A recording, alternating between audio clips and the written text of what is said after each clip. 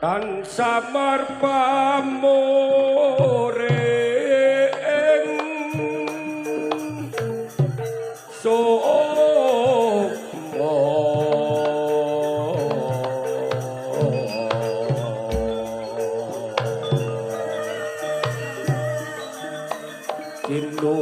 Moyo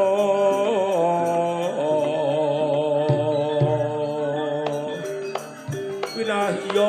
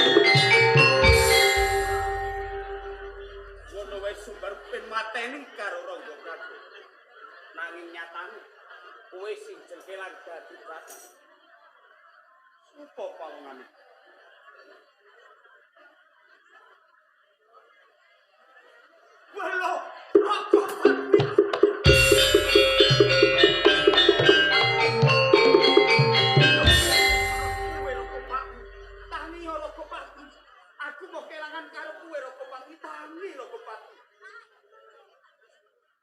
Nanti nek sawetara kowe bakal sadani Rokopati.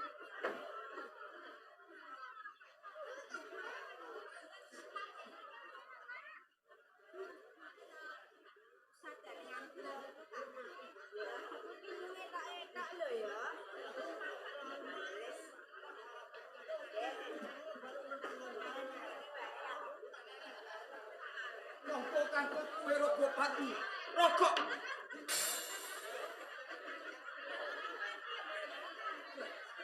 Wong semaput kok kaya lintang ngalih. Iki mau ndak dikeroyok semut ngono.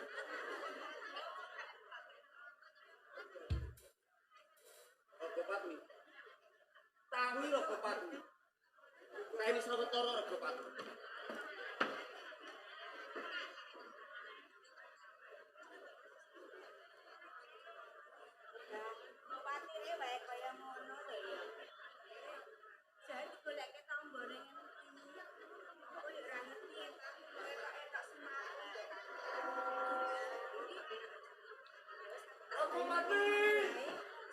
Rokopati! Ayo, ayo.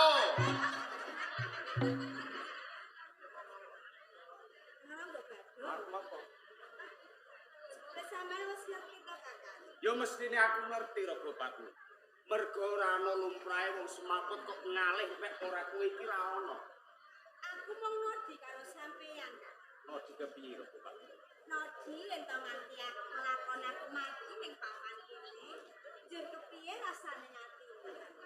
Kowe bojoku sing banget tak tresnani. Menapa kelakon kowe tumekaning pati mesti wae aku bakal kelangan karo kowe Rokopati. Ono, Kak. Kakak nunggu, Kak. Rokopati. Kene apa kok nganti aku kaya ngono? Mergo sampeyan saben dinane babar pisan orang remes karo aku. Yo sikir pangapurane Rokopati. Yen to saben dinane aku tansah nurakake karo kowe. Aja dinako yen to aku ora tresno karo kowe iki ora. Mergo saka dawuh Bapa Supa Madrani supaya aku gladen olah bela rokolan mepung semedi papan ini. Nanti saben dinane aku ndalake karo kowe. Mergo ngene lho, Kak. Jenenge aku wong wadon sekolah maksane, aku ya kepengin disanding karo bojoku. Termeneh sampeyan karo aku lak yo ngaken anyar to. Pancen bener kandhang. Kudune saben iki isine mung andum katresnan. Yen sapa pejalukmu kaya ngono lho. Mumpung iki ana kalih dawet khusus sithik. Bakal tak bukti sepiro bedene rasa tresnaku karo kowe. Kaya ngono, Kak. Pancene kuwi sing tak enteni, Kak. Besok kapan lakon antarane ngaku lan sampeyan bisa cedhak sing kaya ngene. Sira-sira Wis kelakon kowe urip barengan karo aku. Bungae ati ra bisa tak gambarake jalaran. Wong wadon sing dadi telenging ati saiki wis dadi jane kowe. Mung siji penjalukku. Tresnano aku kanthi lair tak sing badan. Ojo ngerti manut-manut tresnano karo aku.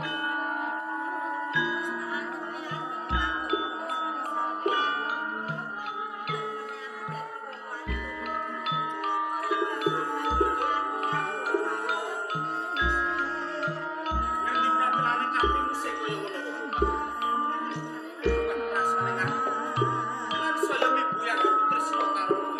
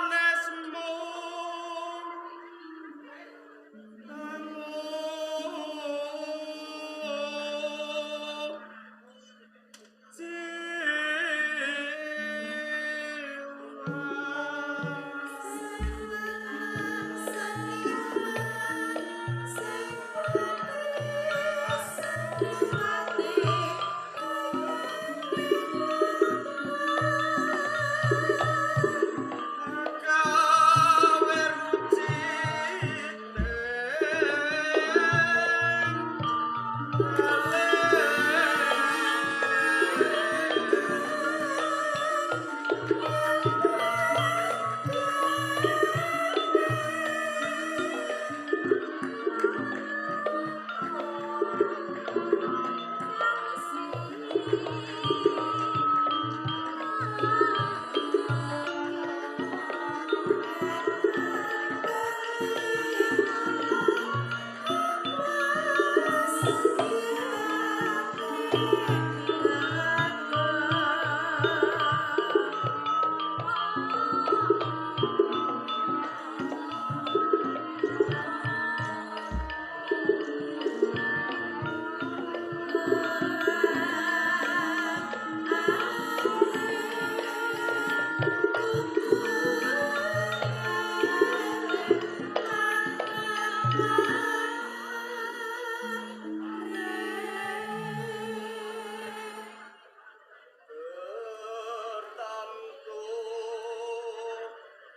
ratu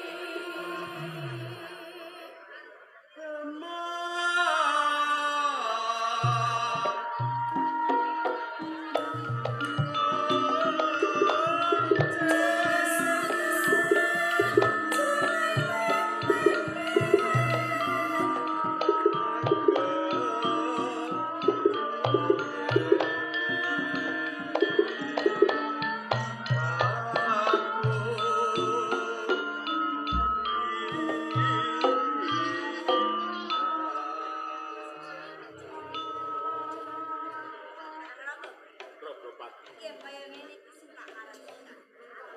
Sampeyan saben dinane bisa tak kerja nang wae. nanging nyusuti pangapurane. Ya, apa Kakang? Sadurunge Kakang mung semeti papan kene. Mentas wae Kakang kuwi nampa dawuh saka ngarsane Bapa Sukamagani. Banjur dawuhe kepiye, Kang?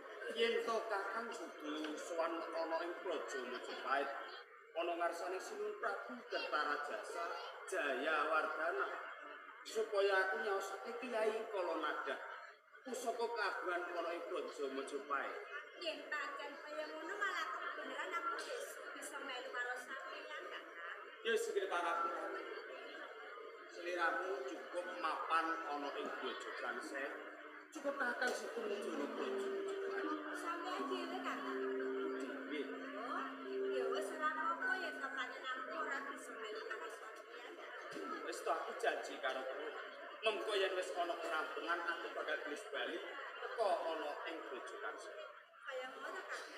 Aja lali janjine sampeyan yen terus kena karampungan sampeyan tak bali. Wis dene kaya ngono. Tapi yen kowe ora sadar aku suwen bakal disuwan ana ing grojogan. Sampeyan sehat ya. Aku jaluk. Sampeyan rasa tak sendiri lho.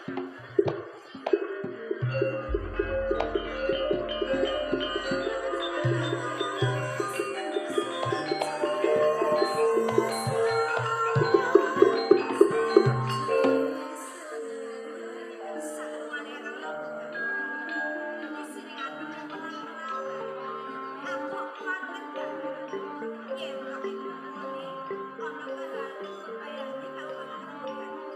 Nela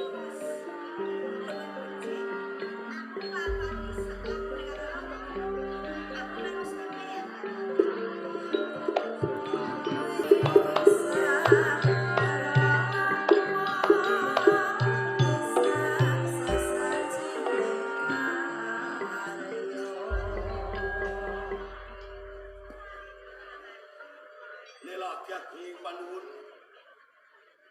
dumateng para kadang kagian nayaka lan tamtamaning prajurit wonten ing Mojopahit. Dumateng dika Paman Kensora dawuh dalem winantu ing Basuki rawuhipun wonten ing Mojopahit. Pangestunipun inggih sinuwun Prabu Kertajasa Jayawardhana. Sowan kula boten manggih aral setunggal menapa. Namung sungkem kula katut. Sampun kula tampi mugi miwahana jimat saha kegiyataning batin purungat praja wonten Mojopahit. Bawa sopan sih. Monggo kinten nampi pangestu saking Kertajasa Jayawardhana. Kula tampi mugi dadosaken jimat. Sawetawis kuat lenggah ing Gusti sendika dawuh Kakang Dipati papringan kebanabang. Sinuwun Prabu, winantu ing Basuki Swan. pangestu panjenengan. Basuki Swan kula boten manggih alangan setunggal punapa. Namung sungkem kula katut. Dawuh sam-sam. Para sagong nayaka lan setalan praja. Jenengan dika kula waken ampun kula kepingin tetimbangan. Sunyuwun dawuhipun para saka guru wonten ing Majapahit. Ngenani kumplangi dampar kepatian Amangkubumi.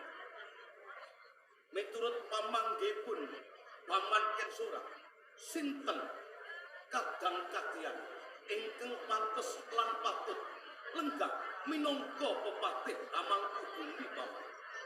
Duh, sinuwun Prabu Kertajasa Jayawardhana.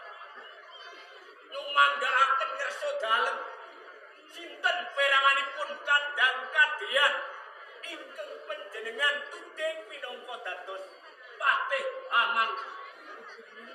Kensora namung dederek kersa nan dalem sinuwun.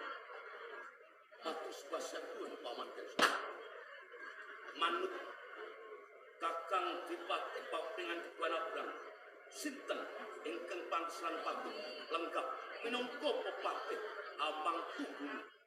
Duh sinuwun, panguwaos sawetahipun wonten ing Kraton Mojopahit. Panjenengan dalem ingkang asta. Menawi panjenengan badhe miji kadang kadrian kaangkat minangka patih Amangkubumi wonten ing Kraton Mojopahit, kula namung ndederek kersa panjenengan sinuwun. Oh. Nélakake agunging panuwun awit saking dawuhipun para saka wonten ing Mojopahit nanging kalamun to kapurwakan jenengan pepatih Amangkubumi tasih wonten palenggan ingkang godang nanging palenganipun Kakang Ronggolawe Dipati Tuban menapa saged kapurwakani Paman Kensora. Sinuwun Prabu, cetha lawe boten ketang layang sasuwen. Sampun nampi nawala ibran. Pilih ari sampun katentokaken. Wekdal ugi sampun kapiji. Cetha Ronggolawe talendor ing kewajiban. Nggih menawi lawe garsuwan, menawi boten menapa jumengan patih Amangkubumi badhe ulung dumantung Ronggolawe. Sinuwun, leres menapa ngendikanipun Paman Kensora. Sampun ngantos namung sagrintir saka guru negari ingkang dereng netepi sowan ing kalenggan menika badhe kabar winisudan patih Hamangkubumi Sinuwun. Menawi kersanipun saka burkat dan kados ngaten. Katimbang ngranti badhe ndadosaken burung jumenengan ing mriki kula minangka Ratu Majapahit badhe ampuraken jumenengan pepatih Hamangkubumi.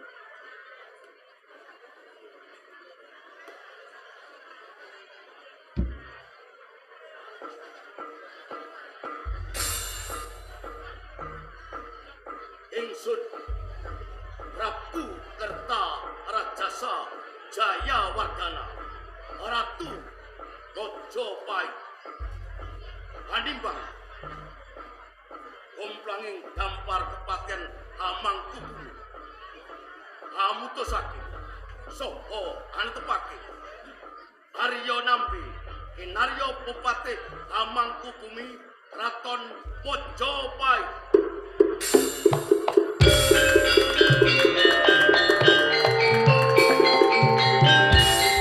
Sampun para kadang-kadang pelatur jumeneng angestreni jumenenganipun Bupati Hamangkubumi Arya Nambi.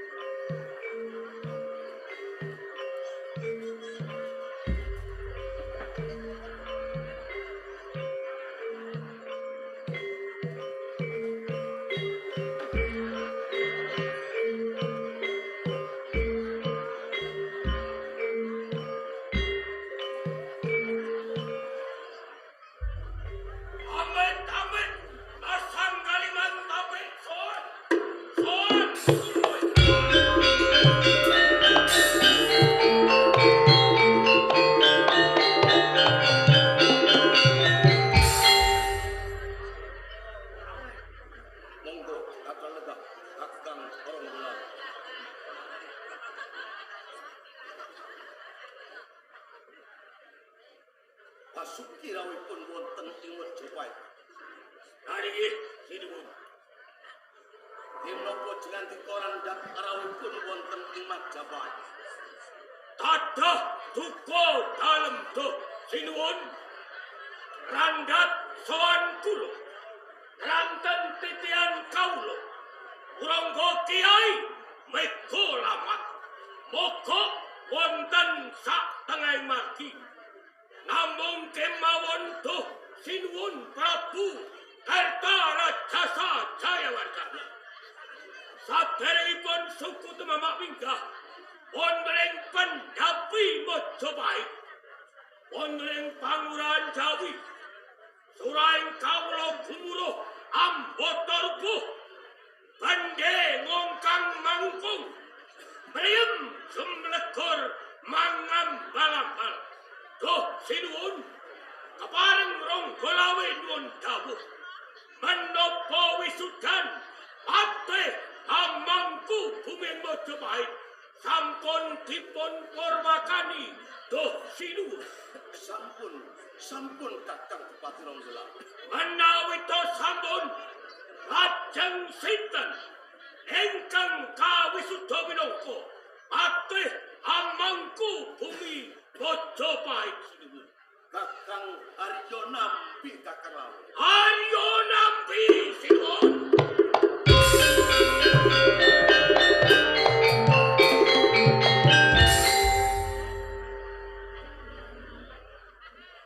Sinuwun, Nambi kawisuda minangka patih Hamangkubumi Majapahit. Menapa sampun dipun sarujui sagung saka guru ing Majapahit Sinuwun. Sampun martepara kalih pratika. Para saka guru sampun nyarujuki jumenengipun Kakang Nambi kinarya Bupati Hamangkubumi Kakang. Menawi to mekaten cetha saka guru Majapahit anggenipun ngalih boten ngangge piatuk nanging ngangge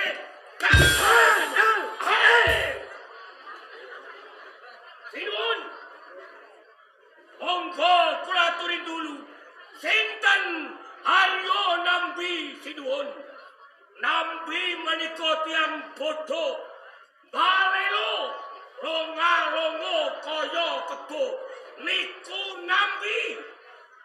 Nambi tiang jirih wedi ing getih. Nambi menika namung prajurit jurudang juru masak. Namung wasis icip-icip jangan dulet-dulet sambel niku nambi. Menawi nambi dados patih Amangkubumi nempuh pocapan birah monong garap sawah tiang tani mau wedo. Sinuwun palenggan patih Amangkubumi diwon cekeng tiang ingkang wasis dereng kinantenan kuagang menapa malih tiang bodoh kados dene nampi badhe dipun beto wonten pundi Kraton Majapahit sinuwun.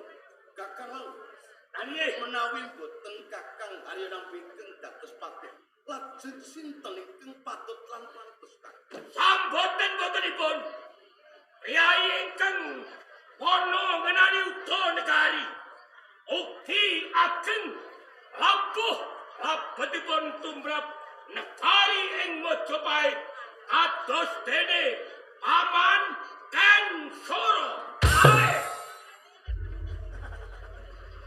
Langap atur. Kowe yen matur nganggo waton. Aja waton bisa matur. Aku iki wis tuwa. Aku ora edan gandhat. Aku ora edan pangkat. Aku dadi juru jebul manca negara. Iki wis kanugrahanku. Kowe kok tumongol-mongol. Matur aku dadi patih Amangkubumi. Mikir lawe mikir. Duh sinuwun Paman Ken Soro. Aturipun lawe dipun anggep padha ingkang manunggung wonten sakebetipun leng. Teges boten wonten ginanipun aturipun ronggo lawe. Sinuwun monggo kula aturi buka lembaran sejarah adetipun Kraton Majapahit sinuwun. Alas terek kababat saengga dados Kita Goro Agung Majapahit. Radyan Wijaya jumeneng ratu kanthi gelar Sang Grama Wijaya Kartarajasa Jaya Wardhana. Wonten pengamuipun prajurit saking Tartar ingkang dipun pandhegani Panglima Meiji utusanipun Kaisar Kublai Khan. Campuh perang kalih prajurit ing Majapahit. Sinten Senopati Majapahit napa nampi boten ketok ilune. Nanging Senopati Majapahit ronggo lawe majeng wonten peperangan. Mundur prajurit Tatar katitik tangan kaloro cah rajeh kupak getih tandange ronggo lawe. Katunggo pengamuipun prajurit gelang-gelang kemundaran Segara Widotan ronggo janur perang sinten Senopati Majapahit napa nabi sanes nanging ronggo lawe ingkang majeng wonten ing peperangan katitik gigil kula doa aku tumbak ronggo lawe pecah ronggo janur Segara Widotan kebo mudarat saking tandangipun ronggo lawe. Lho kados raten ingkang dados patih Amangkubumi tiyang kados dene Nambi lamun kowe duwe kuping lan ora budhet talingan ungu suarane ronggo lawe kanyonyo atimu loro atimu krana tembung ronggo lawe tak ajan lombo nek pancen nabi wong lanang ayo tabrakan ronggo lawe tabrakan ronggo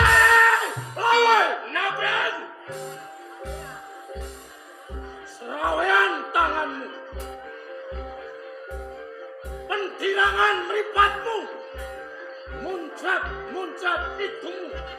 Oleh nantang kawan nampi.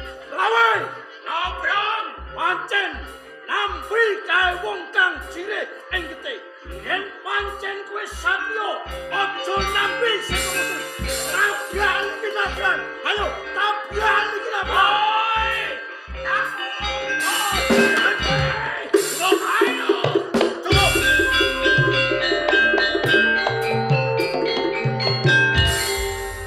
Monggo kakalawit pun rangkaaken sana.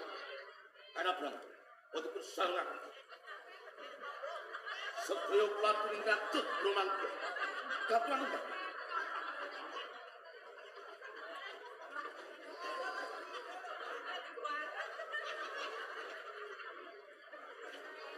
Menika di pasar. Nanging menika pendopo Ratu Mojopahit. Rebut bener boten wonten krampanipun. Pramila mriki. Pangwasa tunggal wonten astane Prabu Kertarajasa Jayawardhana. Sabda pangandika ratu datang kena walawali sepisan kudu dumadi Pindawa ing Kresna kang tumates ana ing Brancang Seta. Ing sunana tepake Kakang Arya Nampi lenggah minangka pepatih Amangkubumi. Marang sinten kemawon ingkang boten sarujuk jumenengipun Kakang Arya Nampi minangka pepatih Amangkubumi wonten Mojopahit saged nilaraken kedaton Mojopahit.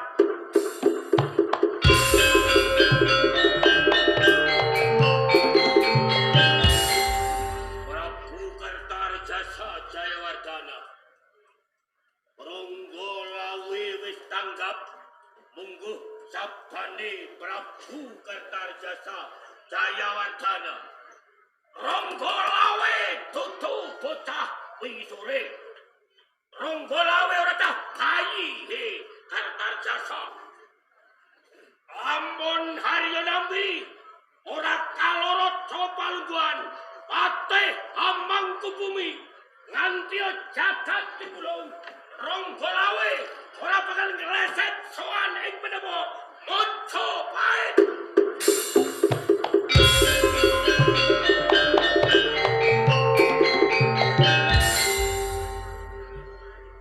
Nabrang, Lawe, Nabrang, perkaramu karo lawe urung rampung. Ajuke Nabrang, lamun kebon Nabrang, satriya sejati. Ayo, adep ana Ronggolawe, ora ning kene gone. Metu njaba tak enteni kowe. saiki wani bisa nanteni.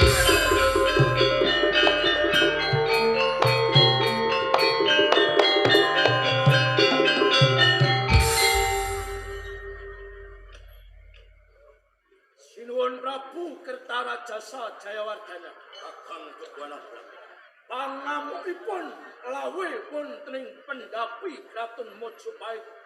Kula upamekaken gajah ingkang bedol saking Wangkilan.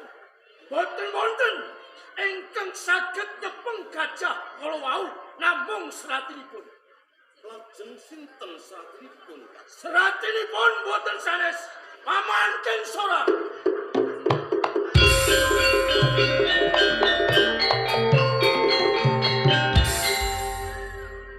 Dumateng dika Paman Kensora dawuh boten sisah ngambali rembak pindha gajah ingkang bedol saking Wangkilan.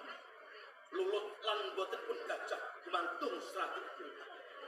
Paman Kensora kula pejih minangka seratinipun gajah ingkang katemben bedol saking Wangkilan. Undulan boten pun Ronggolawe kula borongaken dumateng Paman Kensora. Duh, sipun Sagah dereng kinantenan. Sila menawi boten. Kula badhe ngripih Ronggolawe menawi kersa sowan wonten ing Mojopahit bejo panjenengan. Menawi boten kersa sowan sampun kepataken Kensora.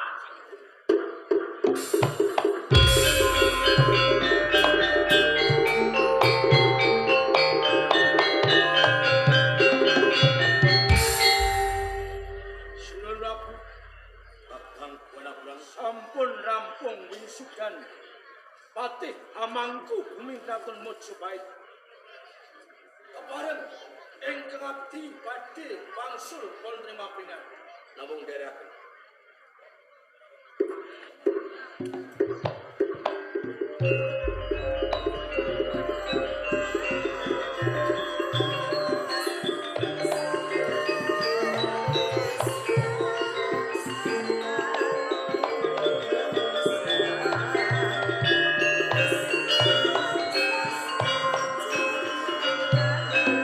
Kepareng nuju atus. Kakang patih aman. Arina. Saksampun jumenengah kapulangan. Kasinyatanipun wonten saka guru ingkang boten primak. Kula lila lan legawa jumenengan patih Hamangkubumi kajabel kangge nyirep swasana. Mojo paitan kadipaten tuban Kanjeng. Kakang patih amang pengyan namji. Nambi biyen lan nambi saiki sepitul. Ingsun ratu wonten ing Majapahit. Paring tak dumateng kakang Arido Nambi pepatih Hamangkubumi. Senandika minangka Prangka Praja pepatih merangkani Kertarajasa Jayawardhana. Tegak saged jejekaken ageng wonten ing Majapahit. Pramila saking Kanjeng Sun dawuh kelawan kakang patih Hamangkubumi Arjuna. Senandika ripik kakang Ronggolawe maning bondo kalani purba wasesa kula hormaten dumateng jenengan. Sampun gambang matur maca paring nyuwun tambahi pangestu.